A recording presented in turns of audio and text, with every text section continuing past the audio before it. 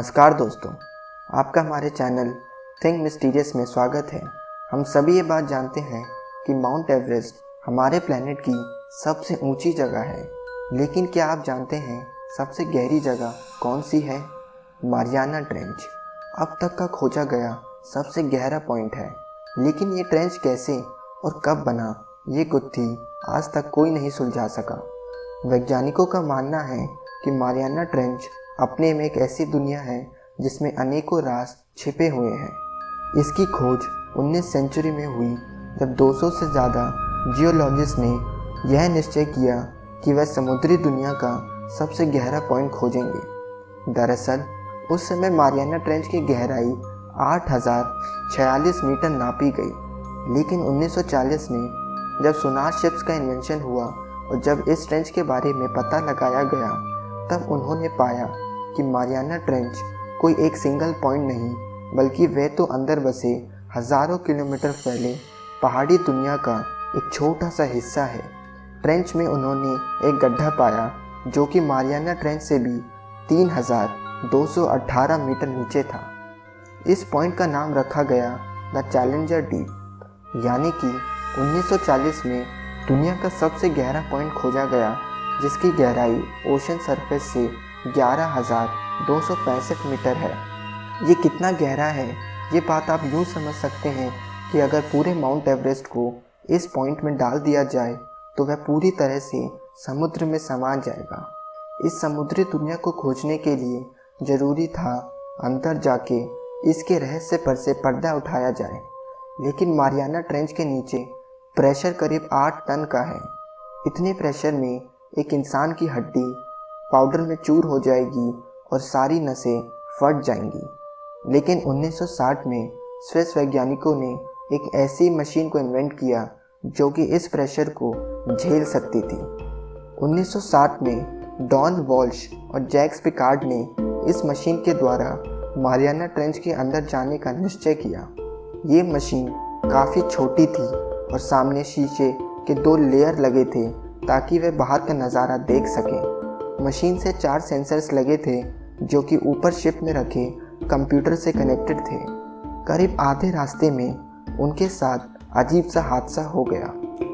एक अजीब से छोटे से ऑब्जेक्ट ने उनके सुरक्षा शीशे पे जोर से टक्कर मारी और उनके एक शीशे की लेयर को पूरी तरह से तोड़ दिया।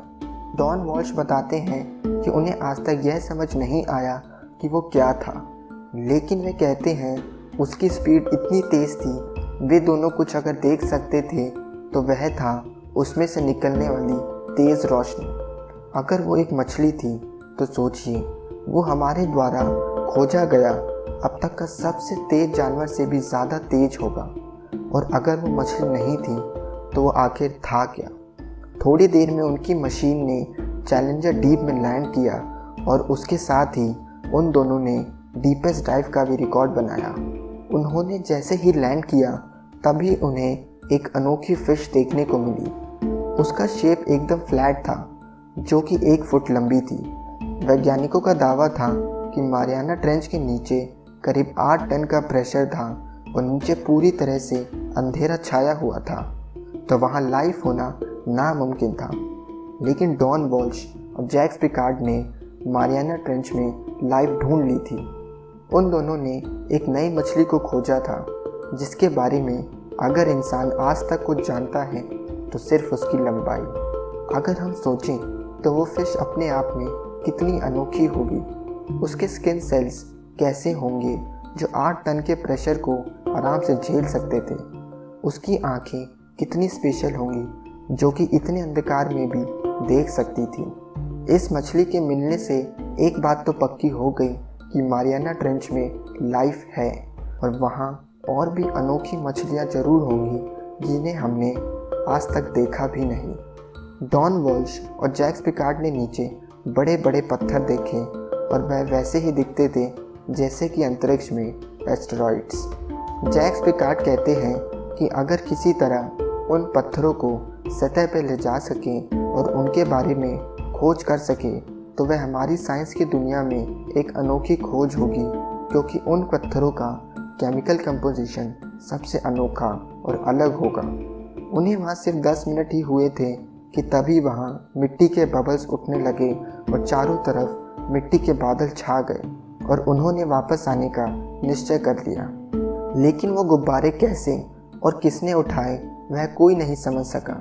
उन दोनों का मानना था कि इसके पीछे सिर्फ 2 कारण हो सकते थे, या तो टेक्टोनिक प्लेट्स हिली हो या तो फिर किसी बड़ी वस्तु ने नीचे इतनी तेज हलचल पैदा की होगी जिसके कारण इतना बड़ा गुब्बारा उठ गया। जब वह दोनों सतह पर पहुंचे तो उनकी टीम ने बताया कि मशीन में लगे सेंसर्स ने एक बड़ी डरावनी आवाज़ रिकॉर्ड की है।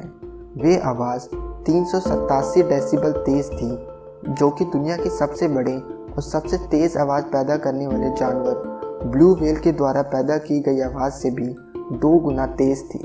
इससे एक बात निश्चित हो गई कि नीचे मिट्टी का गुब्बारा किसी बहुत बड़े जानवर ने उठाया था, जिसकी लंबाई अगर उसके आवाज़ से नापा जाए तो वह ब्लू व्हेल से भी 2 गुना बड़ी होगी। 1982 में अमेरिका ने सोनर सबमरीन्स बनाई ताकि वह सोवियत यूनियन की सबमरीन्स को स्पॉट कर सकें। लेकिन जब उन्होंने मारियाना ट्रेंच के आसपास खोज की तो उन्हें बड़ी ही अनोखी चीज़ मिली। उन्होंने एक दांत खोजा था जिसकी कार्बन डेटिंग से जब एज मापी गई तो वह सिर्फ 20 साल पुराना था। तो इतना बड़ा दांत आखिर किस जानवर का था? क्या वो दांत एक मेगालोडॉन का था? आपकी जानकारी के लिए बता दूं कि मेगालोडॉन हज़ारों साल पाई जाने वाली पुरानी विशालकाय शार्क थी, जिनकी लंबाई 60 फीट थी। तो क्या मेगालोडॉन आज भी जिंदा है और मारियाना ट्रेंच में बसी हुई है? लेकिन वैज्ञानिकों की माने तो इतनी भारी मात्रा में आवाज़ पैदा करना और इतने तेज़ हलचल उठाना एक मेगालोडॉन के भी बस का नहीं है। मारियाना ट्रेंच के नीचे कुछ और ही है जो मेगालोडॉन और ब्लू व्हेल से भी बड़ा है।